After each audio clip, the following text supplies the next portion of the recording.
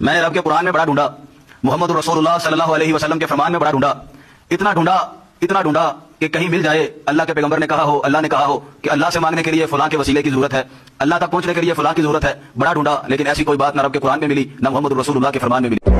تمہاری آنکھوں میں اگر لقوہ مار دیا ہے یا موتیابین ہو گیا ہے تو اس کا علاج ڈاکٹر کرے گا نا.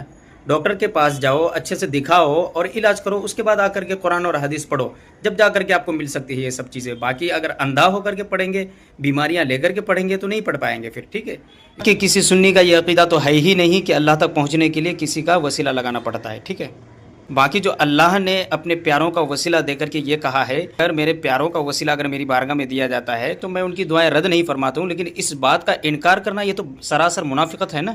یہ اتنے گارنٹی کے ساتھ کہہ رہا ہے کہ جو ہے نا وسیلے کا کوئی تعلق ہے ہی نہیں قرآن و حدیث سے. یہ مسند احمد میں بھی حدیث پاک موجود ہے, جامع ترمذی کے اندر بھی حدیث پاک موجود ہے, بخاری شریف اٹھائیے, بخاری شریف کے اندر بھی موجود ہے, اور یہ کہتا ہے کہ قرآن کے اندر اللہ پاک نے نہیں فرمایا.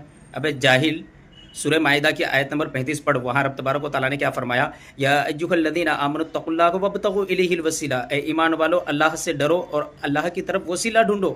پھر آگے سورہ نساء کی آیت نمبر 64 پڑھ, وہاں رب تبارک و تعالیٰ نے فرمایا, ولو انہم اذ ظلموا انفسہم جاؤک فاستغفروا اللہ واستغفر لہم الرسول لوجدوا اللہ توابا رحیما. فرمایا جب کوئی اپنے جانوں پر ظلم کر بیٹھے تو اس کو چاہیے کہ وہ محبوب کی بارگاہ میں آئے. رب تبارک و تعالیٰ کو یہ پتہ نہیں معاذ اللہ کہ رب جو ہے نا میرا بندہ گناہ کر رہا ہے تو میں اس کو مسجد کی طرف بھیجوں. رب یہاں محبوب کی بارگاہ میں کیوں بھیج رہا ہے؟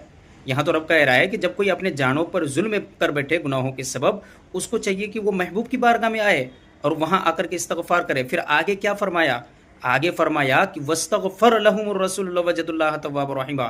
صرف وہ توبہ کر لے تو وہ کافی نہیں ہے, بلکہ اے محبوب آپ بھی ان کے لیے مغفرت کی طلب کرے اور ان کے لیے استغفار کرے, جب جا کر کے رب تبارک و تعالیٰ کو توبہ قبول کرنے والا اور مہربان پائے گا. تو یہ رب نے قرآن میں بھی وسیلے کے بارے میں فرمایا ہے, اور حدیث پاک میں بھی درجنوں حدیثیں موجود ہے, اور قرآن کی آیت میں بھی موجود ہے. تو تم کون سے منہ سے یہ کہہ رہے ہو کہ جو ہے نہ قرآن میں مجھے ملا نہ حدیث میں ملا؟ اب تم اگر قرآن و حدیث کو پڑھے نہیں ہو تو اس کا ذمہ دار کوئی دوسرا نہیں ہے. جا کر کے اپنے آنکھوں کی موتیابین پہلے دور کرو, اس کے بعد قرآن و حدیث پڑھو. جاہل.